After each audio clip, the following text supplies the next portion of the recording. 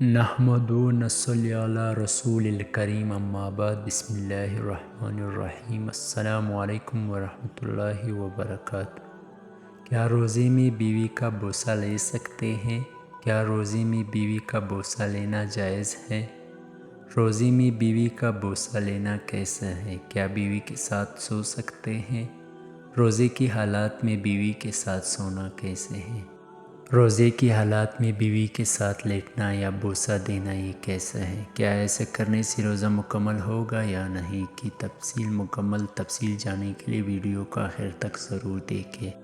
محترم ناظرین، روزے کے حالات میں بیوی کے ساتھ لیٹنا، بوسہ و کنار کرنے سے متعلق بھی آپ کو مکمل تفصیل سے آگاہ کریں گے، لیکن اس سے پہلے ایک چھوٹا سا سوال سن لیجئے۔ پہلے وہ سوال اور اس کا جواب دیتے ہیں۔ سوال یہ ہے کہ اگر روزے کے حالات میں حیض آ جائے تو کیا روزہ اسی وقت ٹوٹ جائے گا؟ عورتوں میں بات مشہور ہے کہ اگر ظہر کی نماز سے پہلے حیض آ جائے تو روزہ فاسد ہوگا، اگر ظہر کے بعد حیض آ جائے تو روزہ نہیں ٹوٹے گا۔ کیا یہ بات صحیح ہے؟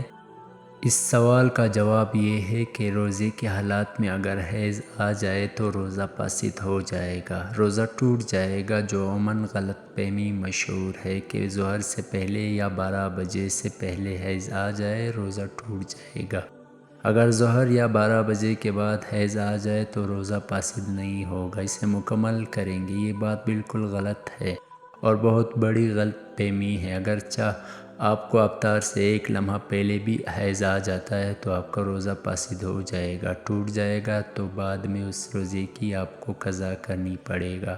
روزے کی قضا لازم ہے۔ محترم ناظرین، ہم بات کر رہے تھے کہ روزے کے حالات میں بیوی کے ساتھ لیٹنا یا بوسہ دینا یہ کیسے ہے؟ کیا ایسا کرنے سے روزہ مکمل ہوگا یا نہیں؟ روزے کے حالات میں بیوی کے ساتھ لیٹنا یا بوسہ و کنار کرنا، اس حوالے سے ایک حدیث ہے جس کا مفہوم کچھ اس طرح ہے کہ حضرت ابو ہریرہ رضی اللہ تعالیٰ عنہ نے بیان کرتے ہیں کہ رسول اللہ صلی اللہ علیہ وسلم کے بارگاہ میں ایک شخص حاضر ہوا اور روزہ دار کے بوسہ و کنار کے بارے میں پوچھا۔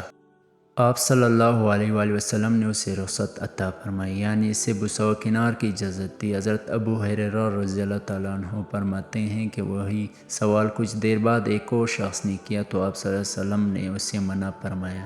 مطلب یہ ہوا کہ آپ صلی اللہ علیہ وسلم نے ایک شخص کے روزے کے حالات میں بیوی سے بوسہ و کنار کرنے کی اجازت دی، جبکہ آپ صلی اللہ علیہ وسلم نے دوسرے شخص کو روزے کے حالات میں بیوی سے بوسہ و کنار کرنے کی اجازت نہ دی۔ حضرت ابو ہریرہ رضی اللہ تعالیٰ عنہ فرماتے ہیں کہ جس شخص کو روزے کے حالات میں بیوی سے بوسہ و کنار کرنے کی اجازت دی تھی وہ بوڑھا تھا، اور جس روزے کے حالات میں بیوی سے بوسہ و کنار کرنے کی اجازت نہ دی، جس کو روزے کے حالات میں بیوی سے بوسہ و کنار کرنے سے منع فرمایا تھا، وہ ایک نوجوان تھا۔ اب اس حدیث سے علماء بیان فرماتے ہیں کہ جسے اپنی شہوت پر مکمل بھروسہ اور پکا یقین ہو اس کے لیے یہ عمل قابل ارج نہیں، یعنی وہ بوسہ و کنار کر سکتا ہے۔ مثال کے طور پر کسی شخص کو اس بات کا غالب گمان ہو کہ وہ اپنی بیوی کے ساتھ لیٹے گا تو اسے انزال ہو جائے گا، یا بوسہ و کنار کرے گا تو انزال ہو جائے گا، یا پھر اس کی شہوت بڑھ جائے گی اور بیوی سے بوسہ و کنار کرتے کرتے ہم بستری کر بیٹھے گا، تو اس صورت میں بیوی کے ساتھ لیٹنا یا بوسہ و کنار کرنا یہ مکروہ ہے، اس سے بچنا چاہیے۔ اگر اس شخص کو پورا یقین ہے اور اسے اس بات کا اندیشہ نہیں ہے کہ اگر وہ بیوی کے ساتھ لیٹے گا یا بوسہ و کنار کرے گا تو اس کی شہوت نہیں بڑھے گی، نہ انزال ہوگا، تو اس صورت میں روزے کے حالات میں بیوی سے بوسہ و کنار کرنے میں کوئی حرج نہیں، بلا کراہت جائز ہے۔ شوہر اور بیوی ایک دوسرے کا بوسہ بھی لے سکتے ہیں اور ساتھ لیٹ بھی سکتے ہیں۔ اگر اس چیز کا امکان ہو کہ شہوت بڑھ جائے گی، مباشرت کی نوبت آ جائے گی، یا پھر شوہر یا بیوی کو انزال ہو جائے گا، تو اس صورت میں یہ عمل مکروہ ہے۔